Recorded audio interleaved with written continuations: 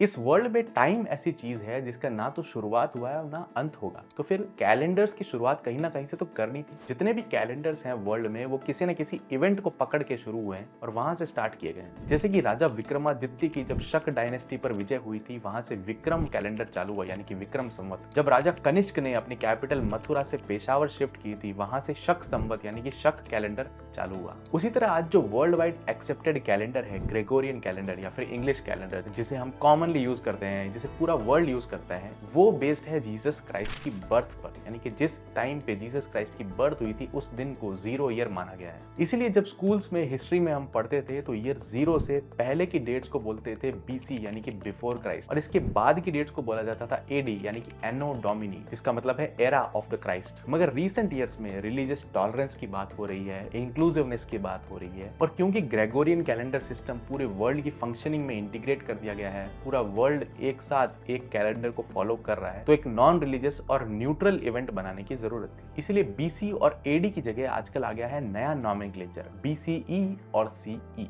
BCE यानी before common era और CE यानी कि कॉमन एरा। हालांकि ये नॉमेनक्लेचर भी काफी पुराना है और 17th सेंचुरी में जो जीसस क्राइस्ट में बिलीव नहीं करती थी सोसाइटीज यूरोप में, उन्होंने ये सिस्टम यूज करना स्टार्ट किया था, कैलेंडर वही फॉलो करते थे। मगर इसे रिसेंट 10 सालों में तगड़ी रिकॉग्निशन मिली है और टेक्स्ट बुक्स में, सिलेबस में, न्यूज़पेपर्स में, आर्टिकल्स में अब बीसी एडी यूज नहीं किया जाता, बीसीई और सीई यूज किया जाता है। So stay updated, keep watching and stay curious.